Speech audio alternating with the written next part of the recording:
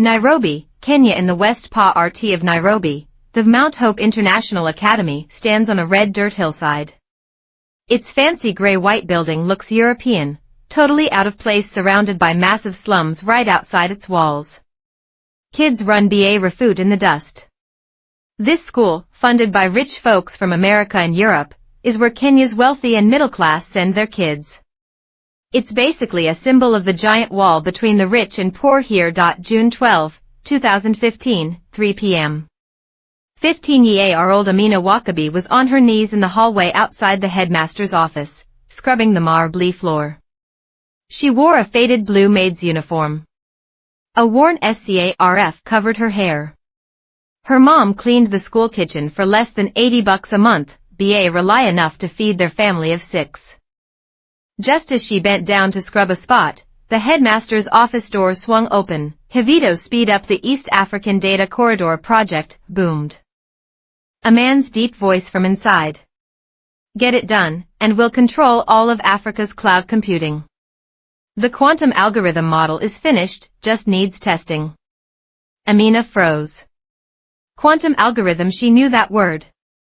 She'd seen it in a beat-up, water-stained Scientific American magazine her mom found in the trash. Holding her breath, she stood closer to the door, pressed against the wall by the crack. Headquarters routers in the U.S. demands total secrecy. Another voice chimed in. Especially from the locals. Africans don't have the foundation, they don't have the SPA-RK, foreign experts Havito run this project. Exactly, the first voice agreed. We're just using the cheap land and power out here, Amina's heart hammered. She did understand. She'd spent years teaching herself programming in the library corner, downloading courses onto the cracked screen phone her mom salvaged. She'd even run simple Python scripts on the school's disk A-ride. Computers in the old computer room, sneaking in when no one was looking, at these people said Africans had no innovation. She leaned in, straining to hear more.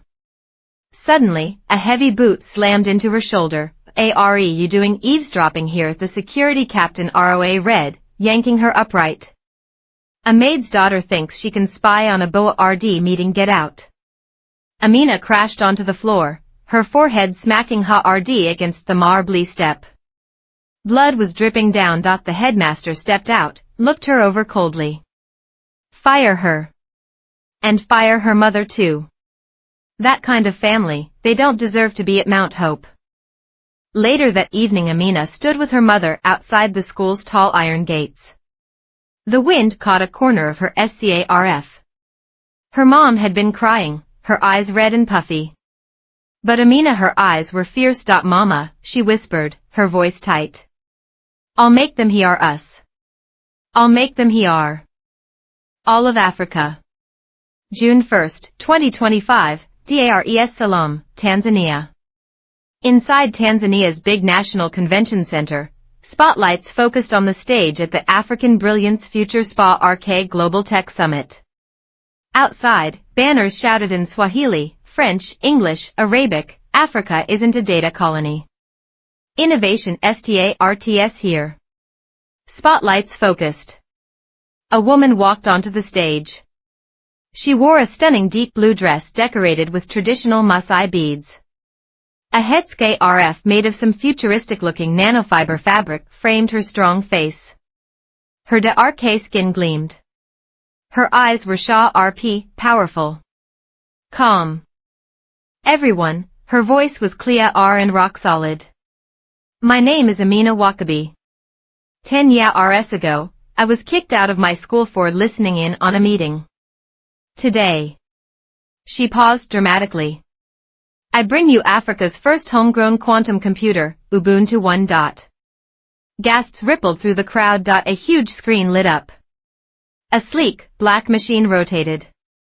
Slowly, pulsing with blue light. Unlike Western models needing extreme cold, this one used Africa's heat to its advantage, thermally stable quantum entanglement tech, it said. Ubuntu, Amina explained, in Zulu, it means I am because we are read this machine isn't for one country. It's for all of Africa, powering our health systems, our FARMS, our schools, our energy grids. She showed them what it could do. Nigeria malaria predictor, analyzes weather, travel routes, and genes to spot outbreaks 14 days EARLY with 98% accuracy. Ethiopia's SMART WaterNet taps into satellites and ground sensors to tell small ephemeres exactly when and where to water, saving 40% water. Congo rainforest Guardian AI spots illegal loggers and poachers in real time, sends alerts, and even calls in drone patrols. Don't need handouts from the West, Amina Dekle read, scanning the audience. We solve our own problems with our own brilliance. The applause exploded. People jumped to their feet.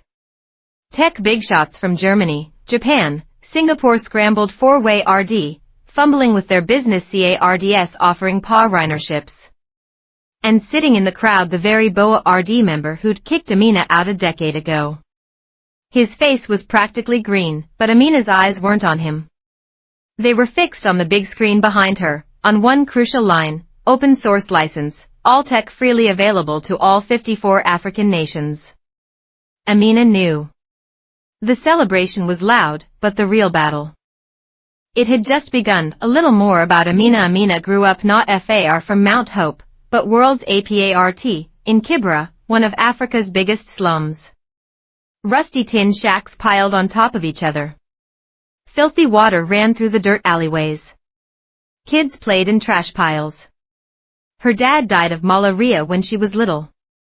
Her mom, Maria, scrubbed floors in rich people's houses to scrape together enough for food, but Amina always stood out. She devoured books people threw away, even if she only had a few pages. By 5, she was writing full sentences in Swahili on walls with chalk. When she was 7, she found a broken radio in the trash. She took it apart, fiddled with wires and batteries, and somehow made it work again. Everyone thought she was magicked. She needs school, insisted Joseph, their neighbor and a retired teacher, but where would the money come from? The public school Ba Rely had any books? Private school? Forget it. Only for the rich. Then, when Amina was 9, Mount Hope needed more kitchen staff. Maria got a job cleaning there. As a perk, one of her kids could go to the school's elementary classes for free. Amina was the lucky one. Lucky it felt more like a trap. Her classmates wore fancy sneakers and talked about vacations in London or Paris. She sat in the corner, silent, memorizing every word. The teacher said. She got top grades, but was never truly welcome. Her mom mops our classroom floor, sneered Jason, the richest kid in class, once in front of everyone. What makes you think you can sit next to us? Amina looked down. Didn't say a word. But she burned that humiliation into her memory. She lived in the library at recess. At lunch, she helped the librarian sort books just to get more reading time. When her mom cleaned empty classrooms, Amina sneaked in, solving math problems on the blackboards with chalk. Computers were her favorite. They only got 10 minutes each on the Shaw-read machines, but she wrote down everything. Back home, she'd pretend to code on paper with a pencil. Knowledge. That was her only escape route out of Kibra. Meeting that changed everything came when she was 15. Mount Hope wasn't just a school, it was the headquarters for a big international education company. Big shot directors met there every year. Because Amina cleaned NEARBY, she overheard bits and pieces. That day, she was just scrubbing the hallway floor. But those words, quantum algorithm, Africa data corridor, they pulled her in. She wasn't snooping. She was hooked. She knew this stuff was deciding Africa's future. And the people making the decisions, they flat out said Africans shouldn't know about it. Was the moment Amina got it. It wasn't that Africa lacked talent. Someone was just trying to keep everyone in the DRK. After getting kicked out, she and her mom moved to a hot RSH place near Lake Turkana. Life got harder than ever. But Amina didn't quit. She used her mom's salvaged, cracked screen phone, scraping Wi-Fi near a refugee center tent to download classes from MIT. She wrote complex physics formulas on empty cement sacks with charcoal. She drew circuit diagrams in the sand. She sta rude asking, why does Africa just take technology? Why can't we create it for 10 years? She worked. She traveled across Rwanda, Ghana, South Africa, meeting incredible young Africans the world ignored. They didn't have fancy degrees, but they had genius ideas. That's when she truly understood. African brilliance never went away. Someone just tried to hide it. When she stood on that stage in Dar es Salaam, speaking the name Ubuntu One, it wasn't just a computer she was launching, it was a wake-up call. Africa is awaked, and the BOA RD member who had her thrown out. Back then, he'd crushed her with a single command. Now, sitting in the audience, he could only clench his fists. Speechless, because the light Amina was talking about the world was seeing it now. And they weren't holding the switch anymore. After getting kicked out, Amina's mom Ria moved the whole family way out to the shores of Lake Turkana. It felt like the end of the world. Dry as a bone, the lake shrinking fast. Fishermen scraped by catching half-dead fish. Kids didn't even have schoolbooks. Amina, stop reading. Go help your brother find water, Ria would say, her voice tired. It wasn't that she didn't believe in her daughter. Life was just cutting deep. Water, food, school fees, every single need felt like a knife. But Amina wouldn't quit. She scavenged an old phone. Near a UN refugee aid tent by the lake, she'd catch scraps of Wi-Fi to download courses. She taught herself Python, quantum physics basics, even sneaked into MIT lectures online. No computer. No problem. She used paper and pencil, scrawling complex math on empty cement sacks. 2017, a massive locust SWARM hit East Africa. Amina noticed something. The government warnings always came too late. A SPA-RK ignited. Could she build a local warning system using cell signals and weather data? She spent 3 months on it, working on a borrowed, ancient laptop. She called her simple AI program Safari wa Kenya, Swahili for African Journey. She took it to the village school headmaster. I can predict locust SWARMs. Over 70% accuracy, she said. He laughed.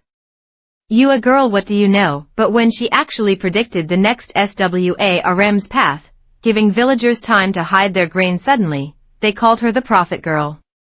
Word got out. A young tech journalist in Nairobi, he RD whispers. He sneaked out to Turkana, snapped a photo of Amina sketching code in the sand, and wrote an article, The Forgotten Genius. It blew up across African social media. Enter Dr. Imani, a Ghanaian scientist running a tech lab in Rwanda. She saw the article, she reached out, come to Kigali. I've got a project that needs someone like you. Amina Boa ride a bus to Rwanda.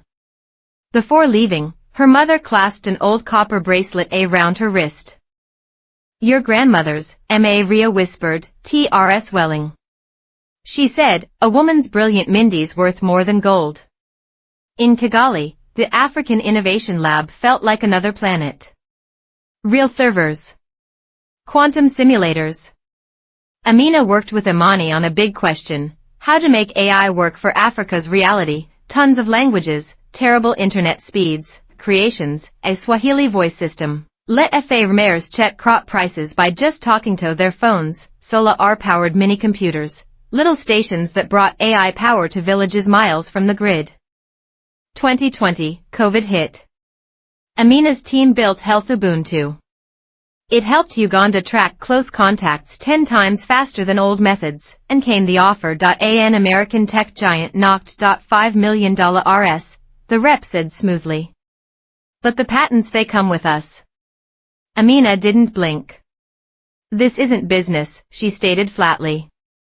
This is about African lives. She turned them down. 2022, time to go home.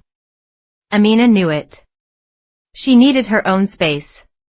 For Africa, she chose to build right back at Lake Turkana, the very place that almost broke her. How crowdfunding. She called it the brick by byte plan. Ask young Africans everywhere, donate $1, or 1 hour of your time. Plus, a tiny grant from the African Union Youth Fund. Response overwhelming. Old laptops arrived from Nigeria. Solar rechargers came from Ghana. Engineers in South Africa sent circuit designs remotely. A teacher in Mauritius had her class draw pictures of the future tech hut. 3 months later, the Red Dirt Tech Hub rose from the dry earth. Amina helped build it, walls made of local clay mixed with recycled plastic bottles, roof covered in solar panels. Inside rows of donated, slightly used but humming servers, she put out a call, "Bring me the other forgotten ones." They came. Fatima, 17, from Mali, a math whiz who could do calculus in her head. Maid from Nigeria, son of a motorcycle mechanic, who built a little robot from scrap metal. Demazi from Ethiopia, blind since birth, who coded using screen readers and sound. Amina looked at them. She saw herself at 15. "We're not here to copy Western code," she announced on day 1. "We're here to write code that fixes African problems." First mission: build an AI for small affairs that worked without fancy internet or power. No fancy HR. They turned old phones into crop sensors. No database. They walked the dusty fields, collecting soil and weather data by hand. No cache for cloud computing. They built learning on the device AIs, SMART tools that trained themselves right on your phone, became endless in the Red Dirt Hub. Huddled around screens, fueled by cheap tea, debugging code. Outside stretched the desert. Inside hope was sparking wild. 1. Dawn, after 36 straight hours, Amina found Fatima asleep at a desk, formulas scribbled across her notebook. Amina draped a blanket over her shoulders, TRS pricking her eyes. She remembered her mom, bent over the floors at Mount Hope, exhausted, but never telling her to stop reading. "Mama," she breathed, touching the old bracelet. "Look. We are rechanging things." By 2023, the system worked. In a pilot village by Turkana, the AI wove net of a late rainy season. Farmers switched to tough crops. That year, their harvest was 30% bigger. News spread like wildfire. Villages sta route asking for help. Amina's crew trained local kids, young tech guardians, to run the systems. "Isn't a handout," Amina told the trainees. "It's passing the torch." Then, the shadow. Late one night, an email popped up. Anonymous. Just one line: "Stop the project, or there will be trouble." Attached, grainy video. Dark figures smashing the hub's solar panels. Amina didn't call the cops.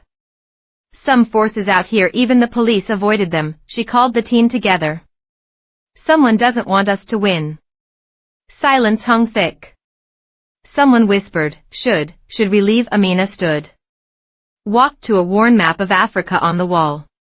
Her finger traced the vast land from west to east.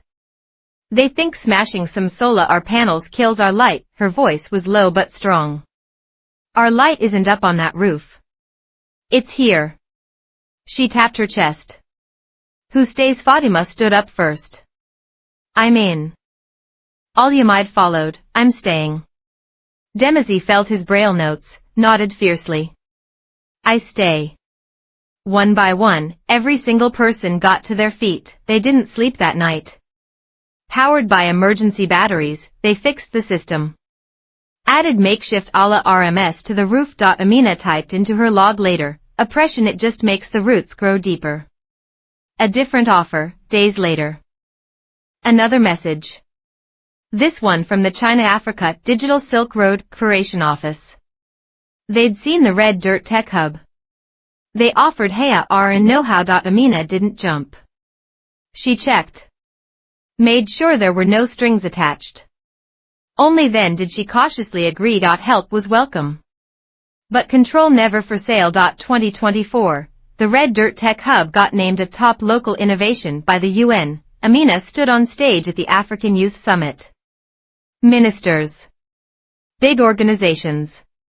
She didn't talk tech specs. "I was kicked out of school because I wasn't supposed to listen," she began. "But I chose to listen. To the wind crying over the sand.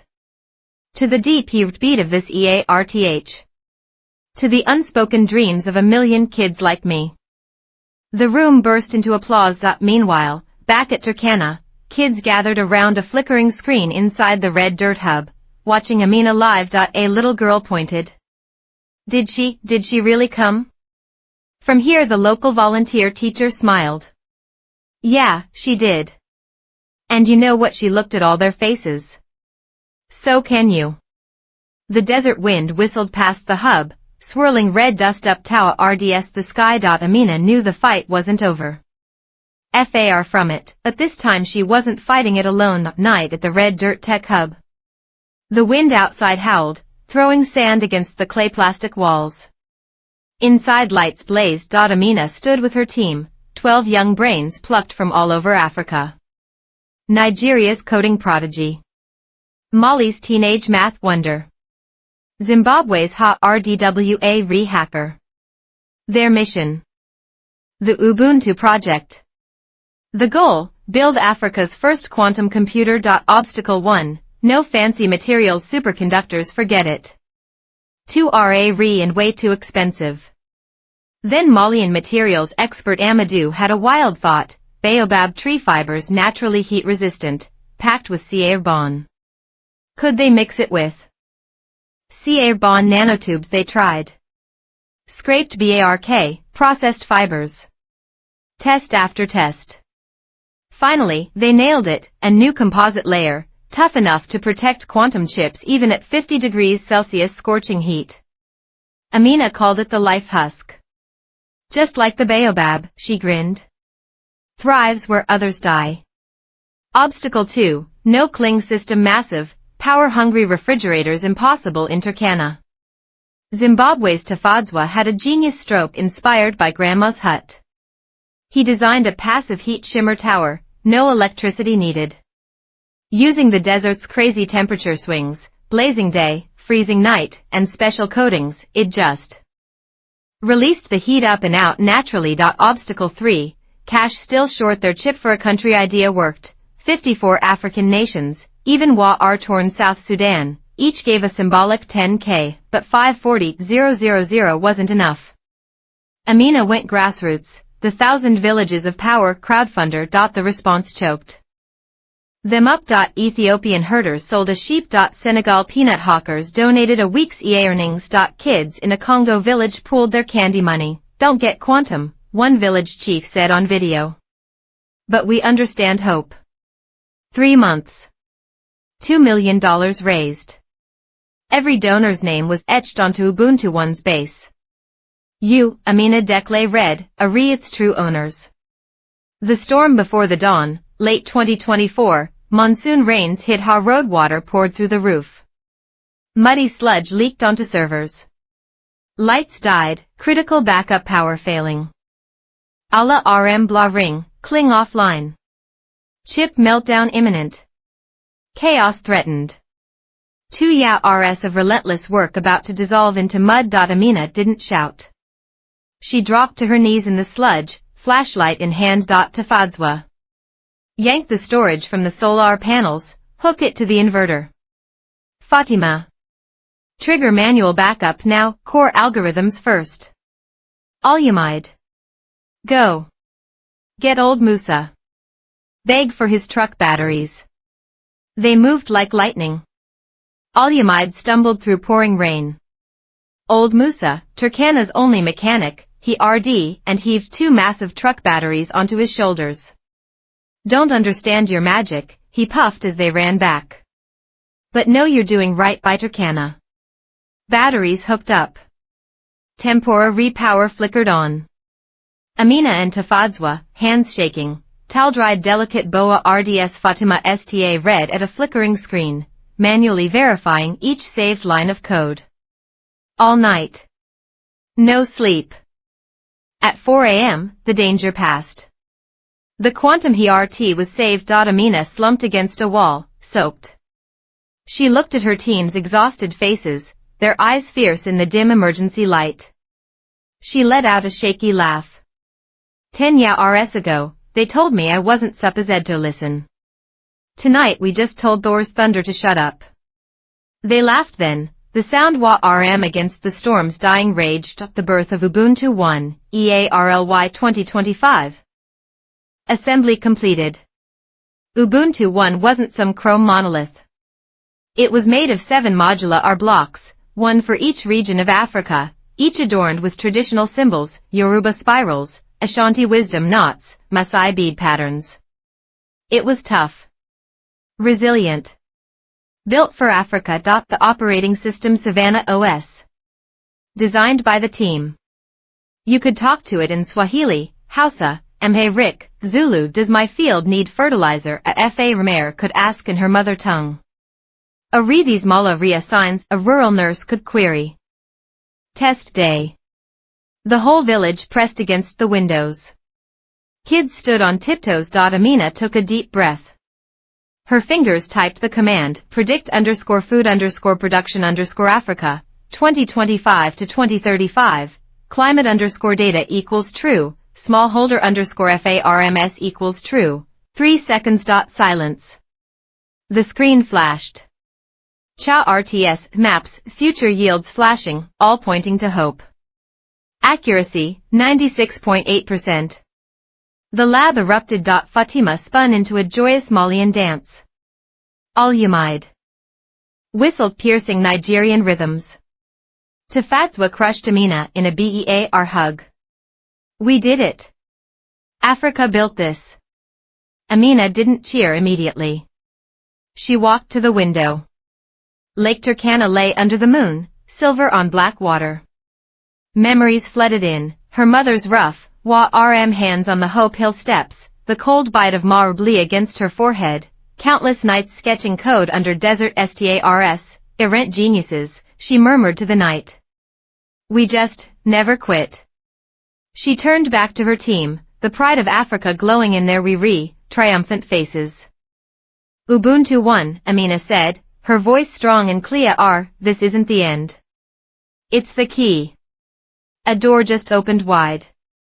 For African intelligence. For us. The desert wind, carrying the scent of dust and distant rain, swept past the red dirt tech hub.